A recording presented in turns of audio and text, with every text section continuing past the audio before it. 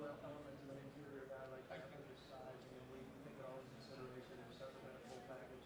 And you start looking, of course, in the end, as you know these days, I mean, you have to look and see how the guy is producing on video. So we take all of this in here, and I want to be very straightforward about this. I'm not in any way looking at the combine as, the underwear of this. I get so much out of the combine. And some people don't, but I do. From the obviously medical side to the interview side, our interaction as well. The drills are very good. We've done a lot of work on it. As you know, there's been a lot of changes in the NFL combine and where we are with our drills. So many of the drills are jettisoned, others are being adjusted appropriately. And I'm excited to see how that comes out.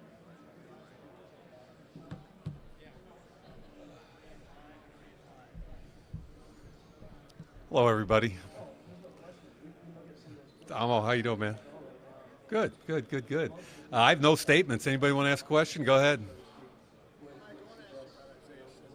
Yeah. Amazing versatility. A lot of people seem to act like that's a negative because he doesn't have one position.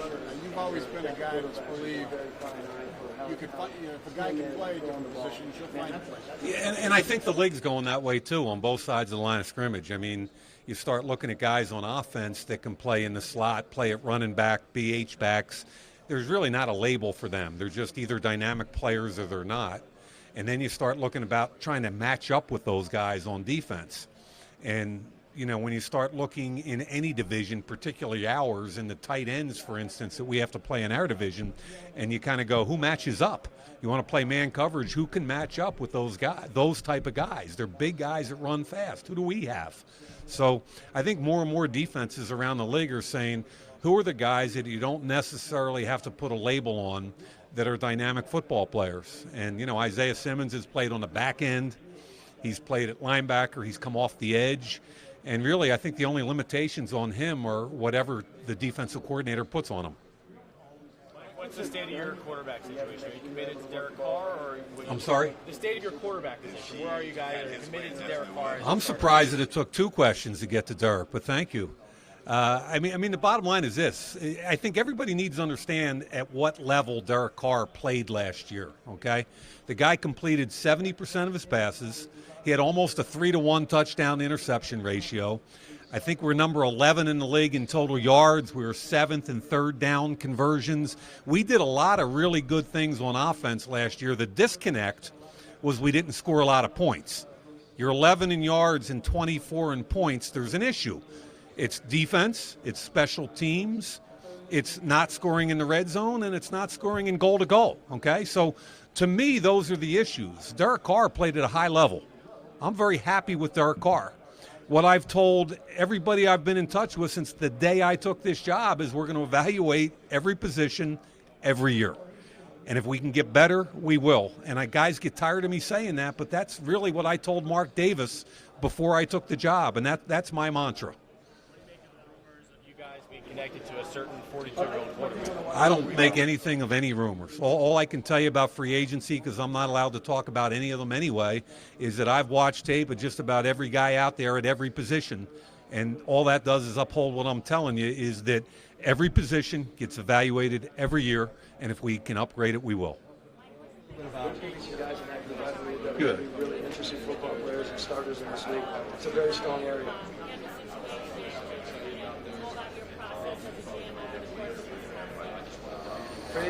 I think the biggest difference for me personally, and it's not a sexy answer, is basically for 18 years I was the Lone Ranger at the NFL Network. I had to be responsible for my own content, show up here at the Combine, do my podium, and make sure I knew something about 337 players. But then I'd go home and do my individual thing again and get ready for the next hurdles. As a GM, you're managing people, and I don't think people really understand sometimes what a job that is, and I enjoy it. It kind of invigorates me. So one of the first things I had to do after the draft last year was get a different group of scouts in there. So we made some changes in the personnel department, which I couldn't be happier about. So I'm managing people.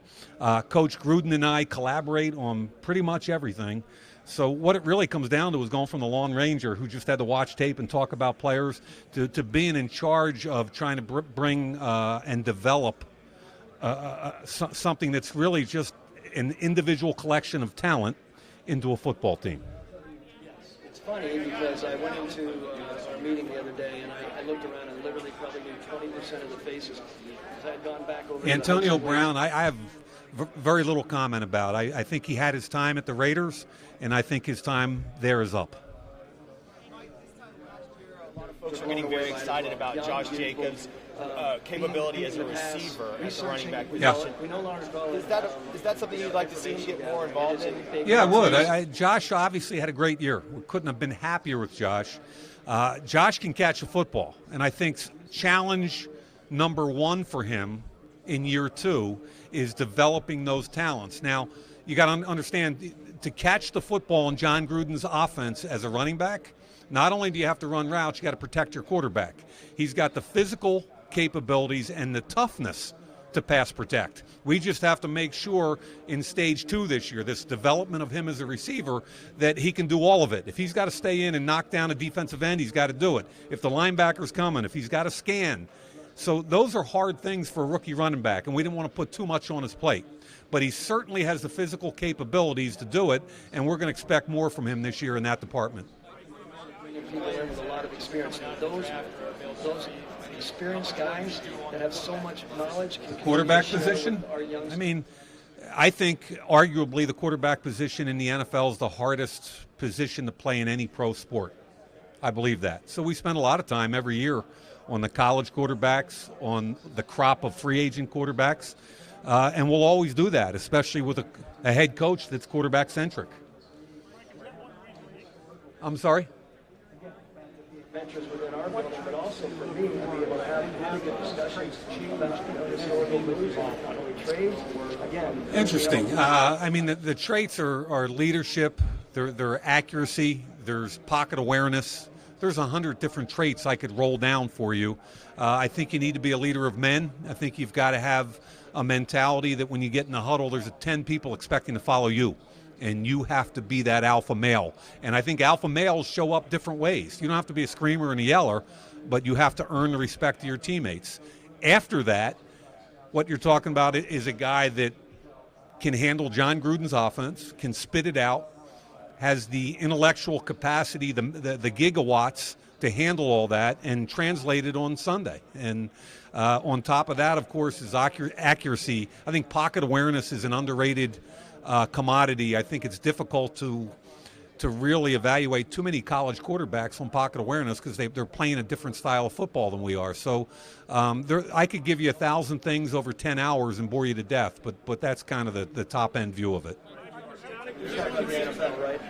And especially within the scouting community and the coaching community, we all think we have everything figured out in one snapshot, right? We all do. I would argue that there are just as many misses up top at wide receiver as there are at quarterback, and if you do the numbers and look at the first-round picks. But I think the biggest deal at the quarterback position is just the transition from the way they play in college to the way we play in the NFL, the verbiage, the huddles, the leadership. And then once the ball snapped, when that picture changes, when you think you see something and the picture changes, your ability with a group of grown men trying to knock you down to stay in a pocket, handle it, and go through progressions and find the right guy to get it to. I've asked this question when I was on the media side. I asked all the top quarterbacks over the last 18 years. I sat down with the Mannings, the Bradys, everybody over the last 20 years. Is pocket awareness innate? Or is it something you can learn? And almost every one of them said, I always had it since I was a little kid. You can learn some ball security, drop your shoulder, try and dip through there's some things you can learn, but for the most part, you either have it or you don't, an ability to sidestep and find a lane to throw the football. So it's a really difficult quality to understand.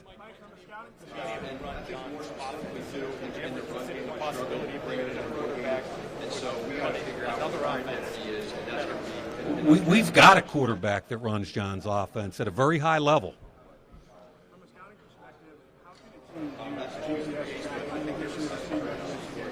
It's a cross-check. All the new technology, we'd be foolish to say we're not into analytics or GPS or whatever. I used to laugh when I was at NFL Network and they put a thing up on a guy ran 53 yards, but he really ran 92.7 at 20.1 miles an hour. And I was like, what does that mean? He's weaving all over, and it's interesting.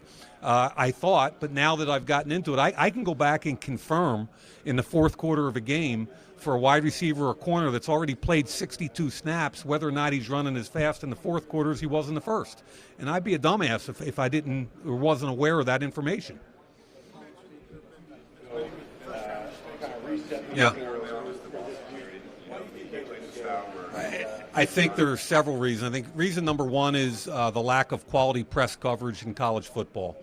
When you've got a grown man trying to keep you from getting off the line of scrimmage that's competent, long, and tough, that's a different issue, okay? That's number one. Number two is when you are able to get off the line of scrimmage and the picture changes, the coverage changes, you could go from being the third option on the backside to the first option on the front side. And you got to filter that on the run without slowing down. So think about it. When you have to slow down and you're thinking, what happens? Physically, you're slower. You're not there.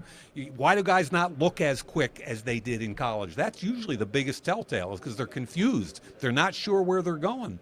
And then I think number three, it's just how much offense you have to absorb. I've met with some of the college wideouts already this year, and you know what they're doing. Half of them are doing this pre-snap.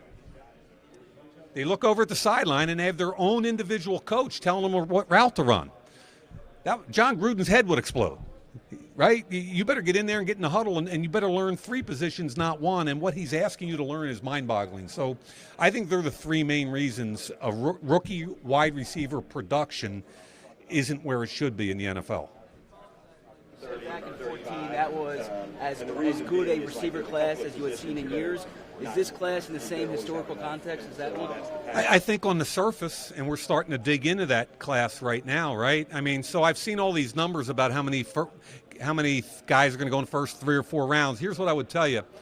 The average over the last 5 years for wide receivers that go in the first 3 rounds of the draft is about 12. It's between 12 and 13 a year. Okay, you can easily make an argument from a grade perspective that there are 20 to 25 of those guys out there this year. Now, that's just from a grade perspective. I'm not saying they're 20 to 25 are going. So there's depth throughout, and there's quality up top. So I think from a wide, that's what you're looking for in any class, and on paper today in February, that's what we see.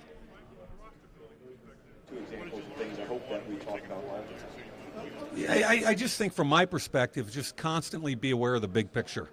You know, I think coaches and GMs have 2 different snapshots. I think coaches look at, you know, what gets us better on Sunday, and I think GMs look at it like, how are we going to be better long term?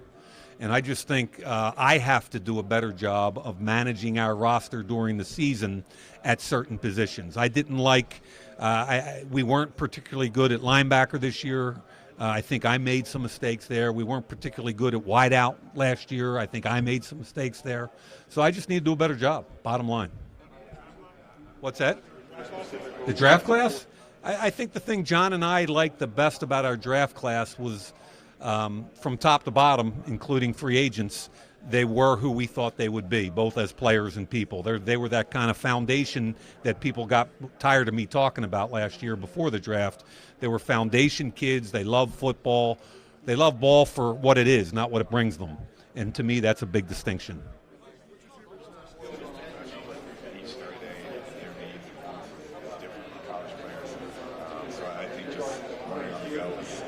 Boy, you're asking the wrong guy, that one. I mean, I have no idea what the NFL does or doesn't do to predict data during game days. I'm trying not to puke up in the box for 3.5 hours. I mean, that's really the truth. So I wish I could answer you better than that. Having access to the pros, that's a big deal. The scouts have been on the road. I think the NFL would be crazy to move it from Indy. I mean, I've been here for close to 20 years now, and people forget that it's not about Thursday through Sunday night when the players work out. It's about the medical, the psychological. You got to move 337 kids throughout a city with hospitals and doctors. And if you go anywhere else, I don't care where, you're not going to have anywhere near the portability and the convenience of this city. So outside of the fact that it's in February and it's cold here, the NFL might want to move it around and do what they did with the draft. But I don't really care about that. I care about the efficiency of the football operation, and I think they'd be crazy to move it. The changes in the schedule, I can't do anything about them, whether I like them or not. bit about Max Crosby, a kid you found in the later rounds, came in, could have been Defensive Rookie of the Year, and maybe what you saw, what the team saw that maybe was missed by others? Yeah, I friggin' love Max Crosby. Okay, and what we loved about him on tape is what you saw this year, which is just a relentless pursuit during every snap. So we put the tape on in Eastern Michigan, and to be really honest, he didn't have much of an idea what he was doing. He didn't know how he was doing it. But I saw this long kid that could bend like Gumby, and understand when you're his size, the ability to bend is rare. Okay, he could bend, he had length, he had effort, he had motor. What was crazy about Max last year is he came in at, I forget, remember, I lectured him on getting with Deuce Gruden and working out. I mean, from a nutrition perspective and a weightlifting perspective, it's rare to see a kid in college gain 15 pounds his rookie year of good weight. He came in at plus or minus 250, and he was playing 265 late in the season. That's a huge difference with absolutely no problem with the movement skills. So he got bigger, he got stronger, he kept the same movement skills. And what I love about Max is I get texts from him almost every day telling me what he's doing, why he's getting better, how he's getting better. And I think the challenge for our entire rookie class who had some success last year is to take that jump from year one. You hear people talking about rookies, the biggest advancement you should have is year 1 to 2, right? And now we've got a bunch of guys had a little taste, a little bit of success. They're going to get game planned. Josh Jacobs, Max Crosby, they're all going to get game planned next year. Can they take that next step? And the only way they can do it is work their asses off. That's the bottom line. With that bigger picture in mind, the needs that you need to fill on either side of the ball, and is there a position that's higher on that list for you? Well, I think every team self-evaluates, okay? And if you look at our offense, again, we were number 11 in yards, and we've got some – we're a pretty good offensive team, and I think everybody standing here knows we need help at wideout. We need to be better. You know, the Antonio Brown thing left a void that we weren't really able to fill. So we need to get better there. Defensively, we're not very good at all. So I kind of go into the defensive side of it with a mindset of who helps make us better at any position. We have so many needs over there. It's just who's a dynamic football player that makes us better. 49ers haven't got from 2-14 to the Super Bowl in a relatively short amount of time. Are there things about the way they rebuilt that you can take, or at least you're impressed by? Well, I think they did a great job, and I give John and Kyle and those guys a ton of credit. And I would disagree. I don't think it happened overnight. Their quarterback got hurt, which artificially set the record back for a year. But what they've been building over several years is a group of talented defensive linemen. A culture, and everybody laughs about that word. I don't, okay? Building a culture is way harder than people pretend it is. It's easy to say and hard to do. And that's why I give them so much credit, is they've built a culture on toughness. They run the friggin' ball. They believe in getting after the quarterback. You know, I love what they've done, and I give them a ton of credit, but it didn't happen overnight.